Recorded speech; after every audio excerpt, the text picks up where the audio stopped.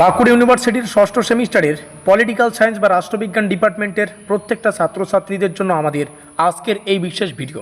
কারণ আজকের এই ভিডিওটিতে আমরা ষষ্ঠ সেমিস্টারের মেজরের শেষ পেপার মেজর 16 পলিটিক্যাল সায়েন্স বা রাষ্ট্রবিজ্ঞানের সম্পূর্ণ সিলেবাস থেকে বাছাই করা 5 এবং 10 নম্বরের 100% কমনযোগ্য প্রশ্নাবলীর লিস্ট তোমাদের সামনে শেয়ার করব।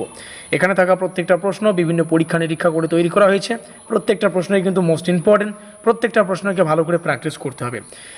যারা এখনও পর্যন্ত আমাদের নোটপত্র সংগ্রহ করনি এবং যতটুকু সময় বাকি রয়েছে তোমরা পরিশ্রম করতে রাজি রয়েছ, তোমাদেরকে বলবো আমাদের অফিসিয়াল যোগাযোগ নম্বরে যোগাযোগ করে যে ব্রহ্মাস্ত্র নোটপত্রগুলো রয়েছে যেগুলো এক্স্যাক্ট এক্সাম ওরিয়েন্টেড, সেই নোটপত্রগুলো সংগ্রহ করে তোমরা কিন্তু যতটুকু সময় রয়েছে ভালো করে প্রিপারেশান নিয়ে এই সেমিস্টারটা পরিপূর্ণ করার সুযোগ পেয়ে যাচ্ছ।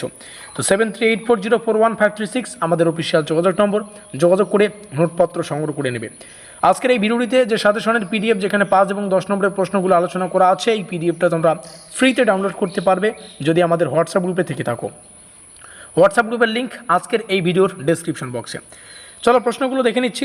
গবেষণার অর্থ, উদ্দেশ্য, বৈশিষ্ট্য, সাহিত্য পর্যালোচনার ধারণা, গুরুত্ব, অনুকল্প এর ধারণা, বৈশিষ্ট্য, গবেষণার সমস্যা চিহ্নিতকরণ ও প্রণয়নের ধাপ, গবেষণা নকশার ধারণা ও গুরুত্ব, একটি ভালো গবেষণার নকশার বৈশিষ্ট্য, অনুসন্ধানমূলক গবেষণা নকশা, বর্ণনামূলক গবেষণা নকশা, পরীক্ষামূলক গবেষণা নকশা কি, এগুলো ডিটেলসে পড়ো।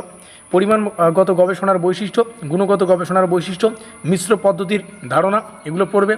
তারপরে নমুনায়নের ধারণা, গুরুত্ব, জরিপ পদ্ধতি রয়েছে, প্রশ্নমালার বৈশিষ্ট্য, সুবিধা, সীমাবদ্ধতা রয়েছে, সময়সূচির ধারণা, সাক্ষাৎকার কৌশলের ধারণা, গুরুত্ব, প্রকাশনা সম্পর্কিত নৈতিক বিষয়, একটি গবেষণা পত্রের বিন্যাস, অনলাইন জার্নাল ও ডেটাবেস ব্যবহারের গুরুত্ব।